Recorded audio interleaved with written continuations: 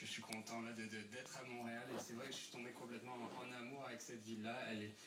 Elle me représente vraiment beaucoup. On dit beaucoup qu'il faut rebrander Montréal. On a un nouveau maire qui est élu depuis un peu plus d'1 an ici dans la métropole. Est-ce que vous trouvez, comme observateur, ça fait quand même 6 ans que vous êtes installé au Québec et à Montréal, est-ce que vous jugez, vous aussi, que Montréal a besoin d'être redéfini, non seulement pour la province, non seulement pour elle-même dans sa ville, mais à l'étranger, Montréal manque de visibilité? Montréal manque de visibilité, oui, c'est certain. Là, on peut voir que l'équipe de Nicodère, au moins, a le mérite de bouger les choses. L'ancienne équipe était un peu... Molle. Moi, je dirais très molle. Puis c'est sûr que les entrepreneurs comme moi, on se dit, il y a des gens qui bougent à la mairie, nous, on va bouger avec eux. Puis à Montréal, j'ai l'impression qu'en ce moment, on a moins peur de porter des projets. On a le goût de faire bouger les choses, puis je pense que ça bouge dans le bon sens. Vous arrivez avec un premier cola, alors qu'il y a des géants qui sont installés partout en Amérique. On les connaît, c'est Pepsi Cola et Coca-Cola. Et vous arrivez avec une bouteille un peu style vintage, 1642 Cola, qui va être commercialisé, qui est déjà commercialisé, mais qui va être présenté au grand public là, très, très prochainement. Pourquoi arriver avec l'idée d'un cola pour Montréal? Alors, l'idée du cola comme local, moi, je suis breton d'origine. Puis, en fait, en Bretagne, il y a une dizaine d'années, il y a une marque qui s'appelle Braise Cola. Braise, qui en breton, ça signifie Bretagne, a décidé de développer un cola local.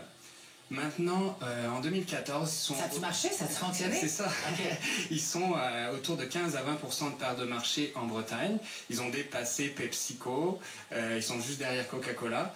Puis, eux, ils ont le bon concept, c'est-à-dire que on a des carottes, on a des patates, on a des tomates locales, mais on n'a pas de soda, on n'a pas de liqueur local.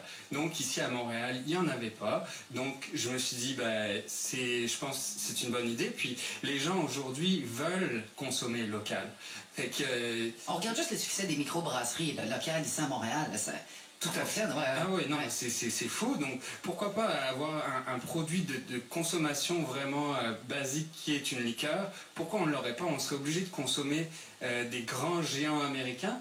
Moi, je dis non, il y a une place. Mais il y a quand même, ils ont quand même la mainmise sur le réseau de distribution, ces géants-là. Comment vous allez vous tailler une place justement sur les tablettes des épiceries ou des supermarchés? Oui, en Bixi, ça va être difficile à livrer, là. Ça va être un job, ouais. Mais écoutez, là, à date, j'ai approché pas mal de restaurateurs, de bars. La bouffe de rue aussi, oui, la bouffe de rue, ouais. Mais il y a beaucoup de gens qui sont en attente de ce produit-là. Là. En ce moment, les restaurateurs me demandent c'est quand ça sort, on est vraiment impatients. Les géants américains, ils sont dans les Costco de ce monde, les Maxi, les Loblaws, mais il y a dans les distributions indépendantes, il y a vraiment une place. Montréal a la chance d'avoir énormément de restaurateurs et de bars. Donc c'est la clientèle que vous visez, là. Vous vraiment ciblez une niche là, plus d'un réseau de distribution qui est un peu, on peut dire en guillemets, vierge de ces géants-là du soda. Oui, pour l'instant, c'est sûr que je veux faire une place au niveau des bars et des restaurants. Ensuite, il y a quand même des réseaux d'épiceries indépendants. Ouais. Qui seraient prêts complètement à prendre mon produit. J'ai déjà 2 distributeurs qui m'ont approché, c'est des distributeurs indépendants. Puis ensuite, on verra pour élargir le marché. Est-ce que c'est une recette secrète connue juste par 2 personnes? S'il y en a un qui décède, c'est transmis verbalement. Comment ça marche? Par texto, maintenant, c'est par texto. C'est dans un coffre-fort sécurisé. Ouais. Non, j'ai travaillé avec un formulateur qui est chimiste en agroalimentaire, qui m'a aidé à faire la recette. Oui, c'est une recette secrète parce que c'est sûr que je veux pas qu'elle se sache au public en entier, mais il y aura un goût de sirop d'érable dedans. Ouais. Clairement, vous allez commercialiser, brander le sirop d'érable. Tout à fait. Le sirop d'érable vient des Laurentides. Puis la seule petite différence, c'est que mon cola, c'est vraiment un cola. C'est pas un cola aromatisé à l'érable, ça goûte vraiment un cola. Je ne sais pas si vous vous souvenez des colas au café, à l'orange, à la vanille. Ça, c'est un marché de niche qui est vraiment beaucoup plus petit. Moi, je m'attaque au marché des colas, vraiment. Donc, pas trop sucré, pas trop, on goûtera pas trop le sirop d'érable. Exactement. OK. Ouais. Donc, OK. Donc, ça va s'apparenter au Coke et au Pepsi ou? Ça a une recette originale. On sent le petit goût d'érable à la fin. Des fois, on dit Coca-Cola, il y a un petit goût de caramel. C'est sa signature. Moi, ma signature, c'est le sirop d'érable. Là, il y aura le 15 novembre prochain 18 000 bouteilles de verre recyclés qui vont débarquer à Montréal. Il y aura une distribution donc de ces 18 000 bouteilles. La suite des choses, après ça, ça prend du financement, là, parce que votre idée de génie, c'est quand même un gros et énorme projet. Ouais. On parlait à François ce matin. L'ex-dragon, François Lambert, qui cherche d'ailleurs à vous joindre depuis un petit moment, disait... L'idée est exceptionnelle. Et là, ça vous prend des gens qui vont investir. Vous êtes dans une espèce de corporation où vous invitez les gens à investir de leur argent pour développer votre entreprise. Oui, tout à fait. Alors, en ce moment, il y a une démarche qui est le crowdfunding ou la campagne de financement participatif. Donc, en gros, j'invite les gens qui croient au projet. C'est un projet local, finalement, parce que moi, je vais finalement redistribuer de l'emploi à Montréal ou autour de Montréal. Fait que j'invite les gens à participer. Ça peut être de 1, 5 $, 25 $.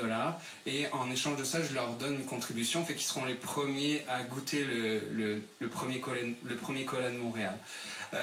C'est sûr que ça prend de l'argent. Quand Coca-Cola ou Pepsi sort un produit, là, c'est des millions de dollars pour mettre le produit sur la place. Le marketing, la mise en marché, la publicité, le développement du produit, la recherche et développement. Tout à fait. C'est énorme. Ouais. Fait, oui, le produit va être réalisé dans tous les cas. Pour l'instant, la campagne, on est autour de 4 000 $. On a reçu des dons de 1 $ à 500 $. Des dons du Maroc, des États-Unis, des gens que je ne connais pas. Il faut que ce soit des gens de Montréal. C'est chouette que ce soit des gens de Montréal. Mais ce serait vraiment exceptionnel. Dis donc, en terminant, est-ce que dans votre stratégie, il faut envoyer une caisse à Denis Coderre? Oui, c'est clair. Je l'ai tweeté, mais il ne m'a pas répondu. OK. Ah non? C'est étonnant. Est-ce que vous allez avoir des démarches avec le maire Coderre? Il y a quand même les célébrations entourant le 375e de Montréal.